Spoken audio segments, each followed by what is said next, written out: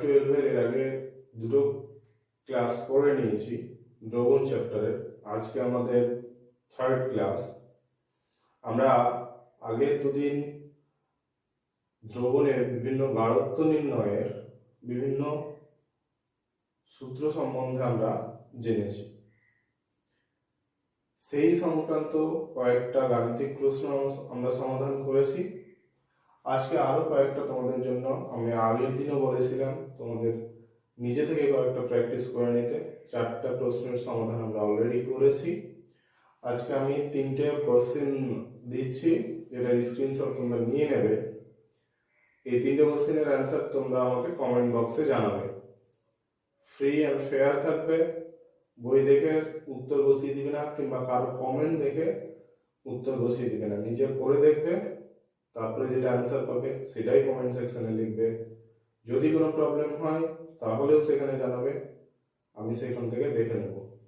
এখন তোমরা এই 3টে কোশ্চেনের স্ক্রিনশট নিয়ে নাও, দিয়ে সমাধান করার চেষ্টা করবে। তারপরে আমরা আজকে টপিক শুরু করছি। হয়ে গেছে? তাহলে আমরা এই চ্যাপ্টারের দুটো পার্ট এখন যেটুকু পড়া হয়েছিল তারপরে স্কিপ করছি। আমরা আসছি সংখ্যাগত ধর্মে। সংখ্যাগত ধর্ম ইংরেজিতে বলছি আমরা কলিগেটিভ প্রপার্টি। সংখ্যাগত ধর্ম বা কলিগেটিভ প্রপার্টি, তার মধ্যে আমরা 4টে ধর্ম নিয়ে আলোচনা করব এই চ্যাপ্টারে। সংখ্যাগত ধর্ম বলতে কি বুঝবো? যে দ্রবণের এমন ধর্মগুলো যেগুলো শুধুমাত্র দ্রাবের কণার সংখ্যার উপরে নির্ভর করবে, দ্রাবের প্রকৃতি বা অন্য কোনো বিষয়ের উপর নির্ভর করবে না, এরকম যে ধর্মগুলো, সেই ধর্মগুলোকে বলবো আমরা সংখ্যাগত ধর্ম। তার মধ্যে প্রথমে আমরা বলবো 1 নম্বর বাষ্পচাপের আপেক্ষিক অবনমন। বাষ্পচাপের আপেক্ষিক অবনমন, এইটা একটা আমাদের সংখ্যাগত ধর্ম। তারপরে আমরা পড়ব স্ফুটনাঙ্কের উন্নয়ন। স্ফুটনাঙ্কের উন্নয়ন।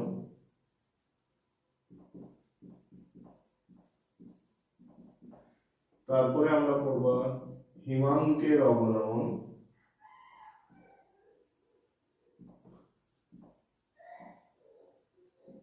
এবং শেষে গিয়ে আমরা পড়ব 4 নম্বরে অভিশ্রবণ চাপ। এই 4টে ধর্ম আমরা এখানে আলোচনা করব, যেগুলো হলো সংখ্যাগত ধর্ম, মানে দ্রাবের কণার সংখ্যার উপরে নির্ভর করবে এই বিষয়গুলো। দ্রাবের কণার ধর্ম কিংবা অন্য কোনো ফ্যাক্টর, এই ক্ষেত্রে তার উপরে কিন্তু সে নির্ভর করবে না। ঠিক আছে? আজকে আমাদের যে আলোচনার বিষয় সেটা হচ্ছে বাষ্পচাপের আপেক্ষিক অবনমন।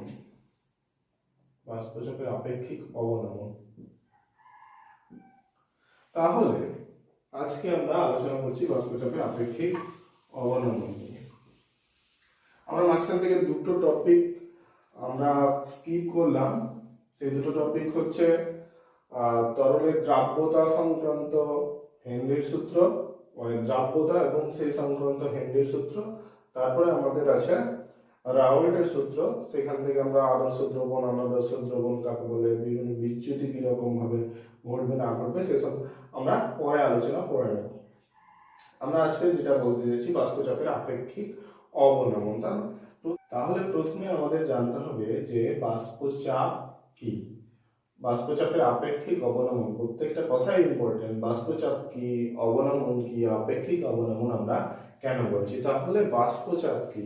বাষ্পচাপ হলো যে কোনো তরল দ্রাবক যখন আছে তখন কোনো একটা নির্দিষ্ট উষ্ণতায়, আমরা কি জানি বাষ্পায়ন তো যে কোনো টেম্পারেচারে ঘটতে পারে। তার মানে আমরা কোনো দ্রাবককে যদি নিয়ে নিই, তাহলে এর মধ্যে যদি সেই তরল পদার্থটা থাকে, তাহলে যে কোনো টেম্পারেচারে তার বাষ্পায়ন ঘটবে, তার মানে কিছুটা পরিমাণ বাষ্প তার উপরে থাকবে। তাহলে এই বাষ্প এবং তরল এরা যখন সাম্যাবস্থায় পৌঁছে যাবে, তাহলে তরল এবং তার উপরে থাকা বাষ্প যখন সাম্যাবস্থায় পৌঁছে গেছে, সেই অবস্থায় এই বাষ্প কর্তৃক তরলের উপরে যে চাপ প্রয়োগ হয়, সেই চাপকে বলছি আমরা কি বাষ্পচাপ। তাহলে তরল এবং তার বাষ্প যখন সাম্যাবস্থায় পৌঁছায়, সাম্যাবস্থা মানে কি, যখন এখান থেকে যদি একটা অণু বাষ্পায়ন হয়ে গ্যাস বা বাষ্প হয়, ঠিক তখনই একটা অণু কিন্তু তরল হিসেবে নেমে আসবে। তার মানে তখন কিন্তু আর কোনো রকম পরিবর্তন ঘটবে না অণুর সংখ্যার, মানে দ্রাবকের সংখ্যা এখানে যতটা তরল হিসেবে যতটা আছে, গ্যাসের হিসেবে বা বাষ্প হিসেবে ঠিক ততটাই থাকবে, কোনো চেঞ্জ হবে না সময়ের সাপেক্ষে। তাহলে আমরা সেটাকে বলছি বাষ্পচাপ। এবার বাষ্পচাপের অবনমন কখন ঘটবে? যদি আমরা দেখি যে কোনো তরল দ্রাবকের মধ্যে যদি কোনো কঠিন, অনুদ্বায়ী, তড়িৎ অবিশ্লেষ্য, অসংযোজিত দ্রাব, প্রত্যেকটা কথা ইম্পর্টেন্ট, কঠিন, তড়িৎ অবিশ্লেষ্য, অনুদ্বায়ী, অবিভাজিত, এরকম যারা কঠিন দ্রাব যদি দ্রবীভূত করে দিই সেই দ্রাবকের মধ্যে, তাহলে সেই দ্রাবকের যা বাষ্পচাপ আগে ছিল তার তুলনায় কিন্তু এখানে বাষ্পচাপ কমে যাবে। কেন কমবে? তার কারণ যে বাষ্পচাপ কি কি বিষয়ের উপরে নির্ভরশীল যদি আমরা বলি, তাহলে বলবো যে বাষ্পচাপ প্রথমে হচ্ছে তরলের প্রকৃতির উপরে নির্ভর করবে, মানে কোন তরল নিলাম, তরলের মধ্যে ইন্টারমলিকুলার ফোর্স যদি বেশি হয়, মানে একটা অণুর সাথে আরেকটা অণু যদি খুব দৃঢ় আকর্ষণ ভাবে যুক্ত থাকবে, তাহলে বাষ্পে কম যাবে, তার মানে বাষ্পচাপ কম পাবো। যদি নিজেদের মধ্যে ইন্টারমলিকুলার ফোর্স যদি কম থাকে, তাহলে আমরা বাষ্পচাপ বেশি পাবো। উষ্ণতা যদি বেশি হয়, বাষ্পচাপ বেশি পাবো। যদি আমরা দেখি যে এই ক্ষেত্রে আর একটা বিষয় কি, যে এর ক্ষেত্রফলের উপরেও নির্ভর করবে, কারণ ক্ষেত্রফল যত বেশি হবে সারফেস, আমরা বাষ্পচাপ বলছি, তাহলে সেই ক্ষেত্রে কি ঘটেছে, বাষ্পায়ন ঘটেছে, আর বাষ্পায়ন নির্ভর করে ক্ষেত্রফলের উপরে। ক্ষেত্রফল যদি বেশি হয়, তাহলে পৃষ্ঠতলে বাষ্পায়ন কি, পৃষ্ঠতল থেকে যখন তরল থেকে বাষ্পে পরিণত হয়, সেই ঘটনাটাকে আমরা বলি বাষ্পায়ন। তাহলে পৃষ্ঠতলের ক্ষেত্রফল যদি বেশি হয়, তাহলে সেখানে বেশি সংখ্যক অণু থাকবে, আর বেশি সংখ্যক অণু থাকলে গ্যাস বেশি হবে। তাহলে গ্যাস বেশি, মানে বাষ্প যদি বেশি পরিণত হয়ে যায়, তাহলে সেক্ষেত্রে আমরা বাষ্পচাপ বেশি পাবো। তাহলে যখন আমরা দেখছি যে সেম পরিমাণ যদি আমরা এই ক্ষেত্রে দ্রাবক, বিশুদ্ধ দ্রাবক নিই এবং দ্রবণ নিই, তাহলে আমরা এই ক্ষেত্রে কি দেখতে পাবো, যে সারফেসে মানে পৃষ্ঠতলে যতগুলো অণু আছে সবগুলোই কার অণু, দ্রাবকের অণু। কিন্তু এই ক্ষেত্রে আমরা কি দেখতে পাবো, একটা দ্রবণ তৈরি করেছি, দ্রবণ যদি তৈরি করে থাকি, পৃষ্ঠতলে দ্রাবের কণাও থাকবে। তাহলে এখানে দ্রাবকের যতগুলো কণা ছিল, এখানে দ্রাবকের তার তুলনায় কণার সংখ্যা কম পাবো। যদি কম পাই, তাহলে দ্রাবক এখানে কম পরিমাণে যাবে। যদি কম পরিমাণে যায়, তাহলে আমরা বাষ্পচাপ কম পাবো, কারণ আমরা যে দ্রাবটাকে নিয়েছি সেটাকে কি বলেছি, কঠিন এবং অনুদ্বায়ী, তড়িৎ অবিশ্লেষ্য, মানে ভেঙেও যাবে না, সংযোজিতও হবে না, এরকম দ্রাব নিয়েছি। আর মূল যেটা, সেটা হচ্ছে যে কি, এরা অনুদ্বায়ী মানে ওরা দ্রবণেই থাকবে, বাষ্প হয়ে উপরে চলে যাবে না। তাহলে এই ক্ষেত্রে আমরা কি পাবো, বাষ্পচাপের অবনমন পাবো। তার মানে বিশুদ্ধ দ্রাবকের তুলনায় দ্রবণের বাষ্পচাপ সবসময় কি হবে, কম হবে, যদি সেখানে কঠিন, অনুদ্বায়ী, তড়িৎ অবিশ্লেষ্য দ্রাব দ্রবীভূত থাকে। তাহলে বাষ্পচাপ কি আমরা জানলাম, বাষ্পচাপের অবনমন কি সেটা আমরা জানলাম। এবার আমাদের জানতে হবে যে কি বাষ্পচাপের আপেক্ষিক অবনমন। আপেক্ষিক কথাটা যখন আসছে, তার মানে যে কারো সাপেক্ষে আমরা বলতে চাইছি। তো সেটা আমরা আসার আগে বলি যে বাষ্পচাপের আপেক্ষিক অবনমন সংক্রান্ত, বাষ্পচাপের যে অবনমন সেই সংক্রান্ত রাউল্টের সূত্র আছে। হ্যাঁ, মানে সেখানে তিনি বাষ্পচাপ, দ্রবণের বাষ্পচাপ কত হবে, আমরা দ্রাবকের বাষ্পচাপ পাবো, দ্রবণের বাষ্পচাপ পাবো। তাহলে আমরা কি বললাম, দ্রাবক থেকে দ্রবণের বাষ্পচাপ কি হবে, কম হবে। তাহলে আমরা যদি এখানে আমরা দ্রাবক লিখেছিলাম, দ্রাবকের ক্ষেত্রে বাষ্পচাপ সাপোজ আমরা ধরে নিলাম যে P0 এবং দ্রবণ আমরা এখানে বলেছিলাম, তো দ্রবণের বাষ্পচাপ যদি P হয় তাহলে রাউল্ট কি বললেন, রাউল্টের সূত্র, রাউল্ট কি বললেন যে দ্রবণের বাষ্পচাপ সমান সমান হবে যে বিশুদ্ধ দ্রাবকের বাষ্পচাপ ইনটু দ্রবণে থাকাকালীন অবস্থায় দ্রাবকের মোল ভগ্নাংশ। তার মানে দ্রবণের বাষ্পচাপ সমান সমান হলো বিশুদ্ধ অবস্থাতে যে বাষ্পচাপ ছিল বিশুদ্ধ দ্রাবকের, তার সাথে আমরা কাকে গুণ করব, বিশুদ্ধ দ্রাবকের মোল ভগ্নাংশ। এটা x1 বলছি আমরা দ্রাবকের মোল ভগ্নাংশ। আমরা আগেও দেখেছি মোল ভগ্নাংশ কাকে বলে, আমরা 1 দ্বারা দ্রাবককে বোঝাচ্ছি, 2 দ্বারা দ্রাবককে বোঝাবো, ঠিক আছে। তাহলে আমরা p সমান পাচ্ছি x1 ইনটু p0, হ্যাঁ, কিংবা আমরা পরে গিয়ে সেটা একটা p10 লিখবো, ঠিক আছে। তাহলে আমরা এখন যেটা করতে যাচ্ছি সেটা হচ্ছে বাষ্পচাপের আপেক্ষিক অবনমন। তাহলে রাউল্ট এই সূত্র দিলেন যে বাষ্পচাপের যে অবনমন ঘটছে এই x1 কিন্তু 1 থেকে কম হবে, কারণ মোল ভগ্নাংশ x1 প্লাস x2 সমান কত হবে, 1 হবে দ্রবণের ক্ষেত্রে, কারণ দ্রাবকের মোল ভগ্নাংশ এবং দ্রাবের মোল ভগ্নাংশ মিলেই তো টোটাল মোল। তাহলে টোটাল মোলকে আমরা কত ধরছি, 1 ধরছি। তাহলে টোটাল সব সময় কি হয়, 1 হয়। তাহলে x1 এর মান বা x2 এর মান সব সময় কি হবে, 1 থেকে কম হবে। তাহলে এই ভ্যালুটা যদি 1 থেকে কম হয় তাহলে p0 দ্বারা যদি তাকে গুণ করি তাহলে pটা কি পাবো, p0 থেকে নিশ্চয়ই কম পাবো। তাহলে হলো বাষ্পচাপের অবনমন যখন আমরা দ্রবণের কথা বলছি তখন। এবার যদি আমরা বাষ্পচাপের আপেক্ষিক অবনমন বলি, বাষ্পচাপের আপেক্ষিক অবনমন রাউল্ট কি বললেন, রাউল্ট এখানে বাষ্পচাপের আপেক্ষিক অবনমন সংক্রান্ত যে সূত্র দিচ্ছেন তাতে তিনি বললেন যে বাষ্পচাপের আপেক্ষিক অবনমন নির্ভর করবে, বাষ্পচাপের আপেক্ষিক অবনমন যেটাকে আমরা বলছি p0 minus p divided by p0 সমান হচ্ছে x2, বোঝা গেল।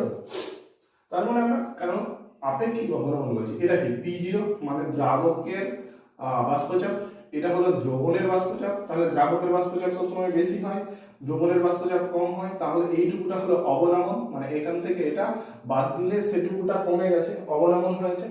তাহলে এইটুকুটা বাষ্পচাপের অবনমন কার সাপেক্ষে বলছি, বিশুদ্ধ দ্রাবকের বাষ্পচাপের সাপেক্ষে কতটা অবনমন হয়েছে, তাহলে কারো সাপেক্ষে কতটা অবনমন হয়েছে তাই বলে আমরা বলছি আপেক্ষিক। তাহলে বাষ্পচাপ কি জেনেছি, বাষ্পচাপের অবনমন তারপরে জানলাম, তারপরে এবার আমরা বলছি বাষ্পচাপের আপেক্ষিক অবনমন। তাহলে p0 minus p divided by p0 সমান x2। তাহলে রাউল্ট তো এটা বলে দিলেন, পেলেন কোথা থেকে, যদি আমরা দেখি কি পেলাম, আমরা একটু আগে যেটা বললাম সেটা হচ্ছে p সমান x1 ইনটু p0, এই বললাম রাউল্টের বাষ্পচাপের অবনমনে তিনি তাই বলেছিলেন। এখান থেকে কি আমরা এটা লিখতে পারবো না, p0 কে নিচে নিয়ে আসলাম, তাহলে p বাই p0 সমান x1। এবার আমরা কি করলাম, উভয় পক্ষে 1 মাইনাস করলাম, মানে প্রথমে মাইনাস করলাম, মাইনাস p বাই p0 সমান x1 তার সামনে মাইনাস, তাহলে দুদিকে মাইনাস লাগালাম, তাহলে এবার তারপরের লাইনে আমরা কি করছি, প্রত্যেকটাকে 1 মাইনাস p বাই p0, দুদিকে আমরা 1 যোগ করলাম, তাহলে দুদিকে যদি 1 যোগ করি তাহলে এটা লিখতে পারবো, এদিকেও 1 যোগ করেছি, এদিকেও 1 যোগ করেছি, তাহলে এই হলো আমাদের ইকুয়েশন। তারপরের লাইনে যদি আমরা করতে যাই তাহলে এটা যদি আমরা ভগ্নাংশের বিয়োগ করি তাহলে পাবো p0 minus p divided by p0, তাই পাবো এখান থেকে এইটা পাবো। তাহলে এটা সমান কি দাঁড়ালো, 1 মাইনাস x1, আবার আমরা কি জানি x1 প্লাস x2 সমান 1, তাহলে x2 সমান কি আমরা লিখতে পারবো না, 1 মাইনাস x1 ওদিকে চলে গেল, তাহলে x2 পড়ে থাকবে 1 মাইনাস x1, তাহলে এখানে তো 1 মাইনাস x1 ই আছে, তাহলে 1 মাইনাস x1 সমান আমরা কি লিখতে পারবো, x2 লিখতে পারবো, ডিভাইডেড বাই p0 সমান আমরা পেলাম কি x2 বোঝা গেল। আর এই ইকুয়েশনটা আমরা এখানে লিখেছি। তাহলে বাষ্পচাপের আপেক্ষিক অবনমন সংক্রান্ত এই সূত্র আমাদের দিল কে? রাউল। দ্বিতীয় সূত্রে, প্রথম সূত্র দ্বিতীয় সূত্রে একই রকম বলবে যে কি যদি সমান কোনো দ্রাবকের মধ্যে, বিভিন্ন দ্রাবকের মধ্যে যদি সমান পরিমাণ দ্রাব দ্রবীভূত করি তাহলে তার ক্ষেত্রে আমরা একই রকম পরিমাণ আপেক্ষিক অবনমন দেখতে পাবো। ঠিক আছে। এবার আমাদের ইকুয়েশন তৈরি করতে হবে যে এখান থেকে আমাদের যে গাণিতিক প্রশ্ন আসবে সেই গাণিতিক প্রশ্নগুলোর সমাধান আমরা কি করে করব। ঠিক আছে। তাহলে দেখো যে দ্রাব এবং দ্রাবক দুটো জিনিস আমরা পেলাম। তাহলে দ্রাবক এবং দ্রাব আমরা ধরে নিলাম কি যে দ্রাবককে আমরা নিয়েছি W1 গ্রাম পরিমাণ এবং সেই দ্রাবকের আণবিক ভর হলো M1। দ্রাবকে নিয়েছি W2 গ্রাম পরিমাণ এবং তার আণবিক ভর হলো M2। সাপোজ আমরা ধরে নিলাম এরকম একটা দ্রাবক এবং দ্রাব নিয়ে আমরা একটা দ্রবণ বানিয়েছি। আর এই দ্রাবটাকে অবশ্যই কঠিন অনুদ্বায়ী তড়িৎ অবিশ্লেষ্য দ্রাব হতে হবে। তড়িৎ অবিশ্লেষ্য মানে এ দ্রবণে থাকাকালীন অবস্থায় ভেঙে যাবে না। ঠিক আছে। ভাঙবেও না, সংযোজিত হবে না, মানে বিভাজনও ঘটবে না এবং সংযোজনও ঘটবে না। তাহলে এরকম যদি কন্ডিশন হয় তাহলে আমরা যে ইকুয়েশনটা একটু আগে লিখলাম P0 - P divided by P0 সমান সমান যেটা x2 ছিল, x2 মানে মোল ভগ্নাংশ অফ দ্রাবের মোল ভগ্নাংশ। আবার আমরা x2 সমান সমান কি লিখতে পারবো? মোল ভগ্নাংশ কার? দ্রাবের। তাহলে দ্রাবের মোল ভগ্নাংশ সমান সমান হচ্ছে মোট মোল সংখ্যার সাপেক্ষে দ্রাব কতটা আছে, যেটা আমরা আগেও জেনে এসেছি N1 প্লাস N2 উপরে কি বসাবো N2, কারণ x2 মানে হচ্ছে নিচে কি থাকবে? দ্রাবক দুটোরই মোল সংখ্যা থাকবে, উপরে দ্রাবের নিজের মোল সংখ্যা। তাহলে টোটালটা সাপেক্ষে ও কতটা আছে। তাহলে এই x2 এর বদলে এখন আমরা N2 divided by N1 plus N2 এইটা লিখতে পারি। বুঝা গেল? আমরা যে ইকুয়েশনটা বানাতে চাইছি সেটা ধরে নিলাম লঘু দ্রবণের ক্ষেত্রে, কারণ লঘু দ্রবণের ক্ষেত্রেই মূলত এই রাউল্টের সূত্রটা কাজে লাগে। তাহলে এবার N2 এবং N1 এর জায়গায় যদি আমরা N2 মানে কি দ্রাবের মোল সংখ্যা, তাহলে মোল সংখ্যা মানে আমরা কি জানি যে কি মোল সমান সমান হচ্ছে কি ভর বাই আণবিক ভর, মানে given mass divided by molar mass. তাহলে সেখান থেকে আমরা গিভেন মাস কত ধরে নিয়েছি W1 আর আণবিক ভর কত ধরে নিয়েছি M1। কার ক্ষেত্রে? দ্রাবকের ক্ষেত্রে। দ্রাবের ক্ষেত্রে W2 এবং M2 ধরেছি। তার N2 এর বদলে আমরা কি লিখতে পারবো?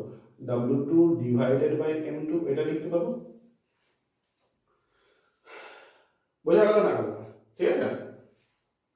তাহলে এবার আরেকটা জিনিস, যদি লঘু দ্রবণ হয় তাহলে লঘু দ্রবণের ক্ষেত্রে N1 মানে দ্রাবের মোল সংখ্যা দ্রাবকের মোল সংখ্যা দ্রাবের মোল সংখ্যার তুলনায় অনেক বেশি হবে। তাই বলে তো আমরা লঘু দ্রবণ বলছি। লঘু দ্রবণ মানে দ্রাবকের পরিমাণ অনেক বেশি আছে কিন্তু তাতে দ্রাব অনেক কম পরিমাণ আছে। তাহলে দ্রাবকের মোল ভগ্নাংশ গ্রেটার দেন হবে কি N2, মানে দ্রাবকের মোল ভগ্নাংশ অনেক বেশি হবে দ্রাবের মোল ভগ্নাংশের তুলনায়। তাহলে N1 যদি অনেক বেশি হয় তাহলে N1 প্লাস N2 কে আমরা প্রায় সমান N1 লিখতে পারবো না, কারণ N2 এর ভ্যালু তো সেই সাপেক্ষে কম পাবো। মানে সাপোজ আমরা 1 লাখের সাথে 5 যোগ করছি, তাহলে কত পাবো? 1,05,000 পাবো। তাহলে 1 লাখ এবং 1,05,000 এর মধ্যে তো খুব বেশি পার্থক্য নাই। তাহলে 1,05,000 কে আমরা মোটামুটি 1 লাখ লিখে নিতে পারি। সেরকম একটা আমরা বলছি যে কি N1 প্লাস N2 প্রায় সমান N1 এর। তাহলে এই N1 প্লাস N2 যেটা আমরা লিখেছিলাম সেটা লঘু দ্রবণের ক্ষেত্রে আমরা সাপোজ বলছি কি N1। বোঝা গেল? তাহলে এবার আমরা N2 এর ভ্যালু এখানে বসিয়েছি, N1 এর ভ্যালু এখানে বসাই। N1 এর ভ্যালু হচ্ছে W1 ডিভাইডেড বাই M1। বোঝা গেল? তাহলে কন্ডিশন অনুযায়ী আমরা এটা পেলাম। তাহলে এটা সমান কি হচ্ছে p0 minus p divided by p0 এটা। এবার এখান থেকে আমরা মূলত দ্রাবের মূল সংখ্যা আমরা আণবিক ভর বা তার কতটা পরিমাণ দ্রাব দেওয়া আছে এই সম্বন্ধে আমরা জানতে চাই। তাহলে মূল আমরা যদি কোন দ্রাব দ্রবীভূত আছে তাহলে সেটা যদি জানতে হয় তাহলে দ্রাবের আণবিক ভর আমাদের জানতে হবে।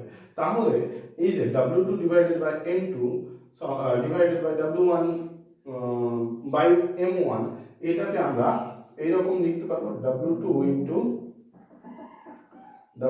ইন্টু M1 উপরে গেল আর ওখানে M2 ছিল, M2টা নিচে এলো। তাহলে এই আকারেও লিখতে পারবো W2 into M1 divided by W1 into M2।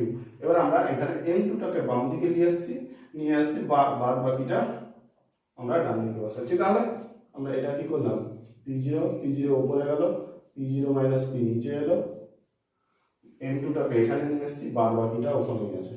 তাহলে W2 into M1 divided by W1। তাহলে এই একটা ইকুয়েশন আমরা দাঁড় করালাম। তাহলে M2 সমান মানে দ্রাবের আণবিক ভর সমান P0 divided by P0 minus P into W2 into M1 divided by W1। ঠিক আছে? তাহলে এটা গেল আমাদের লঘু দ্রবণের ক্ষেত্রে আণবিক ভর কিরকম হবে সেটা। ঠিক আছে? তাহলে লঘু দ্রবণ না হয়ে যদি গাঢ় দ্রবণ হয় তাহলে তার ক্ষেত্রে আমরা কি রকম বসাবো? যদি গাঢ় দ্রবণ হয় তাহলে প্রথম থেকে আবার আমরা সেম জিনিস নিচ্ছি। W1 গ্রাম দ্রাবক, তার আণবিক ভর M1, দ্রাবের W2 গ্রাম নিয়েছি, M2 হলো তার আণবিক ভর, কঠিন অনুদ্বায়ী তড়িৎ অবিশ্লেষ্য দ্রাব দ্রবীভূত করেছি। আবার আমরা কোথা থেকে শুরু করবো? সেই রাওয়েল্টের সূত্র থেকে। রাওয়েল্ট কি বললেন? রাওয়েল্ট বললেন যে বাষ্পচাপের আপেক্ষিক অবনমন সমান হচ্ছে সমান তিনি কি বলেন x2। তাহলে x2 সমান আমরা আবার কি লিখেছিলাম যে n2 divided by n1 plus n2 এটা লিখেছিলাম। এখান থেকে তারপরে আমরা লঘু দ্রবণের ক্ষেত্রে n1 প্লাস n2 কে প্রায় সমান n1 বসিয়েছিলাম, কিন্তু গাঢ় দ্রবণের ক্ষেত্রে মানে দ্রাবক এবং দ্রাব এর মানে দ্রাবকের সাপেক্ষে দ্রাবের পরিমাণ যদি খুব কম না হয়, যদি যথেষ্ট পরিমাণ দ্রাব দ্রবীভূত করে রাখি তাহলে সেক্ষেত্রে কিন্তু আমরা n1 প্লাস n2 কে প্রায় সমান n1 লিখতে পারবো না। তাহলে সেটাকে আমাকে রেখে দিতে হবে। তাহলে এবার আমরা কি করলাম যে উল্টে দিলাম P0 divided by P0 minus P এটা বললাম। তাহলে আমরা এখান থেকে এটা লিখতে পারবো n1 plus n2 divided by n2 এটা লিখতে পারবো। এদিকে আমরা ফ্লিপ করে দিয়েছি, এদিকে উল্টে দিয়েছি, তাহলে আমরা এটা লিখতে পারবো। তাহলে এখান থেকে আমরা এটা সমান কি n1 divided by n2 plus n2 divided by n2 লিখতে পারবো না? পারবো। যে এটা প্লাস এটা divided by n1 plus n2 divided by n2 আছে, তাহলে আলাদা আলাদা করে লিখলাম। তাহলে এখানে কি পাচ্ছি n2 ডিভাইডেড বাই n2 মানে এটা সমান 1 পেলাম। বোঝা গেল না? ঠিক আছে? তাহলে আমরা এখান থেকে n1 এবং n2 এর ভ্যালু বসাই আর আমরা 1টাকে এদিকে নিয়ে চলে আসছি। তাহলে এটা কি দাঁড়ালো P0 divided by P0 minus P সমান n1 n2 প্লাস 1। এই প্লাস 1 কে যদি আমরা -1 এদিকে করে নিয়ে আসি তাহলে -1 সমান কি দাঁড়াবে n1 ডিভাইডেড বাই n2। ঠিক আছে? তাহলে আমরা পরের লাইনে করছি।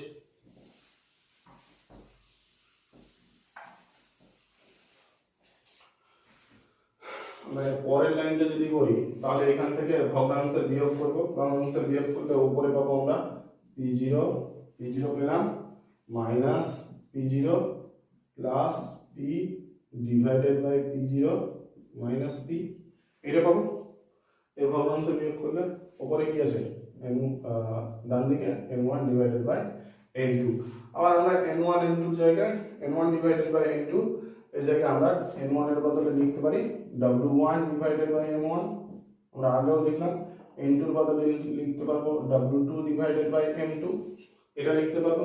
যদি এটা লিখতে পারি তাহলে M2টাকে উপরে নিয়ে আসবো, M1 কে নিচে, তাহলে আমরা এখানে আমরা কি বসালাম, M1 কে নিচে নিয়ে এলাম, তাহলে এখানে W1 ইন্টু M2 এটা পাবো। বোঝা গেল? ডান দিকের কাজ হয়ে গেছে। এখানে আমরা P0 আর মাইনাস P0 ক্যান্সেল আউট হয়ে গেছে, তাহলে ক্যান্সেল আউট যদি হয়ে যায় তাহলে আমরা এখানে পেলাম কি P divided by P0 minus P, এটা পেয়েছি। এটা সমান সমান আমরা দাঁড়ালো W1 into M2 divided by W2 into M1।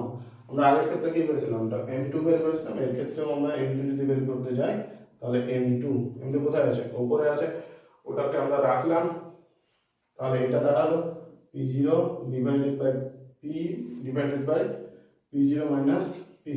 এটা M2 আমরা রেখেছি, এটাকে এদিকে নিয়ে এলাম, এটাকে এদিকে নিয়ে এলাম, তাহলে কি দাঁড়ালো W2 into M1 divided by W1, এই ইকুয়েশন দাঁড়ালো। তাহলে M2 সমান সমান আমরা এই ইকুয়েশনটা পেলাম। বোঝা গেল না কেন? ঠিক আছে, তাহলে গাঢ় দ্রবণের ক্ষেত্রে এইটা পেলাম। যদি আমরা গাঢ় দ্রবণ এবং লঘু দ্রবণের মধ্যে তুলনা করি যে আমরা কখন কোনটা কাজে লাগাবো সেটা যদি না বুঝতে পারি, কিংবা আমরা যদি সূত্রটাই ভুলে যাই, তাহলে খুব সহজ, যে দুটোর মধ্যে পার্থক্য খুব বেশি নাই।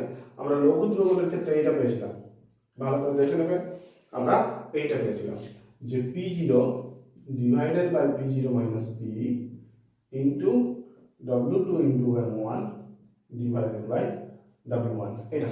তাহলে দেখো যে কি সব কিছু এক আছে, P0 মাইনাস P নিচে আছে, এখানে আছে W2 into M1 divided by W1, সেটাও সেম আছে। এখানে শুধুমাত্র P আছে আর এই ক্ষেত্রে P0 আছে, এটা লঘুর ক্ষেত্রে আর এটা গাঢ়র ক্ষেত্রে। ঠিক আছে, তাহলে মনে রাখতে এবার নিশ্চয়ই কোনো প্রবলেম নাই, শুধুমাত্র ওই P0 এর বদলে P আছে। তাহলে কিংবা এত কিছু আমাদের দরকারই পড়বে না, সব সময় যদি আমরা সেই P0 minus P divided by P0 সমান সমান x2 থেকে শুরু করি, কিংবা n2 divided by n1 plus n2, x2 এর বদলে আমরা লিখতে পারবো। তাহলে এই ইকুয়েশনটা থেকে যদি আমরা সব ভ্যালু পুট করে দিই তাহলে আমরা ঠিকঠাক অ্যান্সার পেয়ে যাব। বোঝা গেল না? গেল না? সবসময় এত এই ইকুয়েশনটাতেই বসাতে হবে তার কোনো মানে নাই। আমরা শুরু থেকে যদি শুরু করি, মানে এখান থেকে যদি শুরু করি, তাহলে সেই গাঢ় হোক লঘু হোক তার ক্ষেত্রে আমরা এক্সাক্ট ভ্যালু পেয়ে যাব। ঠিক আছে, আমাদের যে অঙ্কগুলো দেওয়া থাকবে সেগুলো মূলত যে ভ্যালুগুলো দেওয়া থাকবে সেগুলো গাঢ় দ্রবণের মতোই, মানে সাপোজ 100 গ্রাম দ্রাবকের মধ্যে 20 গ্রাম দ্রাব দিয়েছে, তাহলে 100 গ্রামের মধ্যে যদি 20 গ্রাম দেয় তাহলে কিন্তু সেটাকে আমরা নেগলেক্ট করতে পারবো না, কারণ দুটোর ভর কিন্তু কি 1/5, মানে 100 5 ভাগের 1 ভাগ হচ্ছে 20, তাহলে দ্রাবকের তুলনায় সেখানে দ্রাব কিন্তু নগণ্য পরিমাণে নয়, তাহলে সেক্ষেত্রে কিন্তু আমরা নেগলেক্ট করতে পারবো না। আমাদের খুব খুব ছোট ভ্যালু দিবে এরকম হবে না, তাহলে আমরা গাঢ় দ্রবণে বসিয়ে দিতে পারবো নিজের কমন সেন্সকে কাজে লাগিয়ে গাঢ় দ্রবণ ডিরেক্ট এখানে বসিয়ে দিতে পারি, কিংবা যদি আমরা সেরকম ভ্যালু পাই তাহলে শুরু থেকেই শুরু করবো, কোনো প্রবলেম নেই। ঠিক আছে, এরপরে তাহলে আমরা এই যে বাষ্পচাপের আপেক্ষিক অবনমন করলাম, এখান থেকে আমরা দুই একটা প্রশ্ন, গাণিতিক প্রশ্ন সমাধান করছি। ঠিক আছে, তাহলে আমাদের দুটো কোশ্চেন দিয়েছে কি 25 ডিগ্রি সেলসিয়াস উষ্ণতায় বিশুদ্ধ জলের বাষ্পচাপ 23.75 মিলিমিটার Hg মানে পারদ স্তম্ভের চাপ 23.75 মিলিমিটার পারদ স্তম্ভের চাপ। ঠিক আছে, একই উষ্ণতায় 5% W/W গ্লুকোজ দ্রবণের বাষ্পচাপ কত হবে সেটা চেয়েছে। ঠিক আছে, তাহলে আমাদের দ্রবণের বাষ্পচাপ চেয়েছে, কি দেওয়া আছে, বিশুদ্ধ জলের বাষ্পচাপ মানে দ্রাবকের বাষ্পচাপ দেওয়া আছে। ঠিক আছে, তাহলে দ্রবণের বাষ্পচাপ দেওয়া আছে, মানে P আমাদের দেওয়া আছে, P আমাদের চেয়েছে। ঠিক আছে, দেওয়া আছে কি P0 দেওয়া আছে, P0 আমাদের গিভেন আছে কত 23.75 মিলিমিটার Hg, এটা আমাদের দিয়ে দিয়েছে। ঠিক আছে, তাহলে আর আমাদের বলেছে কি 5% W/W কি আছে, গ্লুকোজ আছে। ঠিক আছে, তাহলে P সমান সমান আমরা কি জানি, P0 আকারে আমরা এইটুকুটা জানি যে x1 ইন্টু P0 রাউল্টের সূত্র থেকে, তাহলে পি সমান সমান আমাদের চেয়েছে p0 আমাদের দেওয়া আছে, x1 শুধু আমাদের দরকার। তাহলে x1 সমান সমান আবার আমরা কি জানি, x1 সমান সমান হচ্ছে n1 divided by n1 plus n2, এটা আমরা জানি। কারণ x1 মানে দ্রাবকের মোল ভগ্নাংশ সমান সমান দ্রাবকের মোল ডিভাইডেড বাই টোটাল মোল, ঠিক আছে। তাহলে n1 মানে আবার কি, n1 মানে আমরা জানি w1 ডিভাইডেড বাই m1, তাহলে এখানেও w1 divided by m1 plus n2 মানে কি w2 ডিভাইডেড বাই m2, বোঝা গেল। তাহলে এখানে দেখো আমাদের 5% w বাই w, তার মানে 5% w বাই w কে আছে, গ্লুকোজ আছে, ঠিক আছে। তাহলে এটা বোঝাতে আমরা, এটা বলতে আমরা কি বুঝি, আমরা আগেও দেখেছি পার্সেন্টেজ 5/100। তাহলে w আছে, w মানে কি, উপরে গ্রাম বসাবো, এখানে নিচে কি আছে w আছে মানে কি গ্রাম বসাবো। তাহলে 5 গ্রাম দ্রাব আছে আর 100 গ্রাম দ্রবণ আছে, ঠিক আছে। আমাদের কি দরকার, দ্রাবকের ভর দরকার আর দ্রাবেরও ভর দরকার। তাহলে দ্রাবের ভর তো পেয়ে গেলাম 5, এখানে এটা দ্রবণের ভর, তাহলে দ্রাবকের ভর কত, দ্রবণ থেকে যদি দ্রাব বাদ দিই তাহলে সেটা, তাহলে 100 মাইনাস 5 ইকুয়াল টু 95। তাহলে দ্রাবক মানে এখানে জল যেটা আছে, তাহলে জল কত হচ্ছে 95 গ্রাম, আর গ্লুকোজ মানে দ্রাব কত হচ্ছে 5 গ্রাম হচ্ছে। তাহলে সেই ভ্যালুগুলো আমরা সেখানে বসাই। তাহলে যদি আমরা এই ভ্যালুগুলো ওখানে বসাই তাহলে এখান থেকে আমরা পাবো কি, w1 মানে হচ্ছে w1 মানে 95 ডিভাইডেড বাই m1 মানে কে, জল। তাহলে 95/18, এখানে কি পাবো 95/18 প্লাস কত পাচ্ছি, প্লাস পাবো w2 কত পেলাম 5 ডিভাইডেড বাই m2, গ্লুকোজের ক্ষেত্রে m2 কত হবে সেটা যদি আমরা দেখি, তাহলে গ্লুকোজের সংখ্যা হচ্ছে C6H12O6। এখান থেকে যদি আমরা হিসাব করি তাহলে কার্বন হচ্ছে 6 × 12, 6টা কার্বন 12 অ্যাটমিক নাম্বার, সরি ভর সংখ্যা। তাহলে হাইড্রোজেন কত 1 × 12 প্লাস অক্সিজেন 6 × 16, তাহলে এটা যদি আমরা হিসাব করি তাহলে 180 পাবো, ঠিক আছে। আমরা মনে রাখতে পারি যে 180 পাবো। তাহলে এখানে কত পেলাম 180। তাহলে এটাকে যখন ভগ্নাংশে যোগ করব তাহলে নিচে লসাগু পাবো 180, নিচে লসাগু পাবো 180, ঠিক আছে। আমরা এখানে সংখ্যাকে করে নিচ্ছি 180 আর উপরে পাবো 950 প্লাস 5, তোমরা হিসাব করে দেখে নেবে, ঠিক আছে। এটাই দাঁড়াবে। এখান থেকে যদি আমরা 18 ডিভাইডেড বাই এটা আছে, তাহলে এটা কাটাকাটি করতে পারবো। তাহলে এখানে দাঁড়াবে 10, এই 10টা উপরে চলে যাবে, উপরে গেলে উপরে দাঁড়াবে 950 আর নিচে দাঁড়াবে 955। তাহলে এই ভ্যালুটা যেটা দাঁড়াচ্ছে সেটা হচ্ছে x1 এর ভ্যালু, এই ভ্যালুটা হচ্ছে x1 এর ভ্যালু, ঠিক আছে। তাহলে x1 এখানে বসাবো, p0 আমার দেওয়া আছে, তাহলে p সমান সমান আমরা পাবো কি, p সমান সমান পাবো 950 ডিভাইডেড বাই 955 ইনটু 23.75। এটা হিসাব করে যত আসবে তত মিলিমিটার Hg, এই হলো আমাদের অ্যান্সার, বোঝা গেল। এটা হিসাব করে দেখুন কত আসে, ঠিক আছে, অসুবিধা নেই তো। 23.75 তার সাথে আমরা 950 ডিভাইড বাই 955 করবো। আর যেহেতু এটা মিলিমিটার Hg মানে পারদর্শী স্তম্ভের চাপ ছিল মিলিমিটারে, তাহলে সেটাই অ্যান্সার আসবে, ঠিক আছে। তাহলে এই পার্টটা হয়ে গেল। তাহলে এবার আমরা সেকেন্ড কোশ্চেনে আসি। সেকেন্ড কোশ্চেনে কি বলেছে যে 30 ডিগ্রি সেলসিয়াস উষ্ণতায় বিশুদ্ধ জলের বাষ্প চাপ 31.8 মিলিমিটার Hg, 100 গ্রাম জলে কত গ্রাম ইউরিয়া দ্রবীভূত করলে দ্রবণের বাষ্পচাপ এত হবে, ঠিক আছে। তাহলে দ্রাবের বাষ্পচাপ বলে, সরি দ্রবণের বাষ্পচাপ বলে দিয়েছে এবং বিশুদ্ধ দ্রাবকের বাষ্পচাপ বলে দিয়েছে, ঠিক আছে। তাহলে পি আমাদের বলে দেওয়া আছে এবং পি মানে দ্রাবক, দ্রাবকের ক্ষেত্রে কত বলেছে, সরি দ্রবণের ক্ষেত্রে বলেছে 31.55 মিলিমিটার Hg, ঠিক আছে। আর বিশুদ্ধ জলের বলে দিয়েছে মানে p0 বলে দিয়েছে সমান সমান কত 31.8 মিলিমিটার Hg, ঠিক আছে। তাহলে এই ভ্যালুটা আমাদের বলে দেওয়া আছে। চেয়েছে কি 100 গ্রাম জলে কত গ্রাম ইউরিয়া, 100 গ্রাম জল কত গ্রাম ইউরিয়া দ্রবীভূত করে দ্রবণের বাষ্পচাপ এত হবে। তাহলে একটু আমরা জেনে আসছি কি p0 minus p divided by p0 সমান সমান কি হয় x2 হয়, ঠিক আছে। x2 সমান সমান আমরা আবার কি জানি, x2 সমান সমান মানে এখানে p0 জানা p ও জানা, তাহলে এটা নিয়ে আমাদের কোনো মাথা ব্যথা নেই। এখানে আমরা x2 জানি, x2 আমাদের তো x2 তো যায়নি, ঠিক আছে? তাহলে যেটা চেয়েছে সেটা হচ্ছে w2 চেয়েছে, w2, তাহলে x2 এর বদলে আমরা কি লিখতে পারবো, n2 divided by n1 plus n2, এটা লিখতে পারবো। তাহলে এখান থেকে আমরা এটাও লিখতে পারি w2 divided by n2 divided by w1 divided by m1 plus w2 divided by n2, এটা লিখতে পারবো, অসুবিধা নেই। এবার w2 আমাদের চেয়েছে, m2 বলে দেওয়া আছে, কারণ m2 মানে দ্রাব ইউরিয়ার ভর কত 60, তাহলে m2 এর বদলে আমরা কি বসালাম 60 বসালাম। এখানে w1 জলের ক্ষেত্রে কত বলেছে, ভর বলে দিয়েছে 100, তাহলে এখানে 100 বসালাম। m1 জলের আণবিক ভর 18, এখানে w2 চেয়েছে, m2 60 বলে দেওয়া আছে। p0 ডিভাইডেড বাই p0 কত বলে দিয়েছে, p0 বলে দিয়েছে 31.8, p কত বলে দিয়েছে 31.55, p0 এর মান বলে দিয়েছে p0 এর মান 31.8, তাহলে আমরা এইটা পেলাম। তাহলে এইটা সমান সমান আমরা পেলাম এই ইকুয়েশনটা, ঠিক আছে?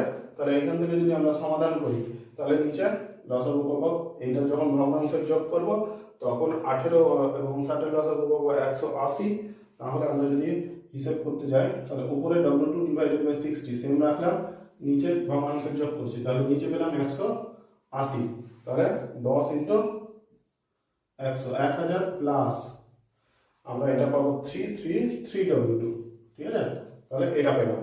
তাহলে এখান থেকে 60 আর 180 কেটে এটা 3 হবে, 3টা উপরে যাবে, 3 যদি উপরে যায় তাহলে 3w2 পাবো, উপরে শুধুমাত্র 3w2 পাবো, 60 কেটে গেছে, তাহলে এটা পেলাম 3w2 সমান সমান এখান থেকে আমরা পাচ্ছি উপরে পাবো 0.25 ডিভাইডেড বাই 31.8, ঠিক আছে? অসুবিধা নেই। তাহলে এবার কি করবো, এটার সাথে এটা গুণ করবো, এটার সাথে এটা গুণ করবো, গুণ করে আমরা সমাধান করে w2 এর মান বের করবো, ঠিক আছে? তোমরা বাকিটা করে নেবে, অসুবিধা নেই। তাহলে আমরা বাষ্পচাপের আপেক্ষিক অবনমন পড়লাম, সেই সংক্রান্ত দুটো এক্সাম্পল করে নিলাম, গাণিতিক উদাহরণ। বাকিটা তোমরা বই থেকে আরো কিছু এক্সাম্পল নিজে থেকে প্র্যাকটিস করবে। যদি কোনো অসুবিধা হয় আমাকে কমেন্ট সেকশনে জানাবে, ঠিক আছে? পরের দিন আমরা নেক্সট টপিক পড়বো। আজকে এই পর্যন্তই।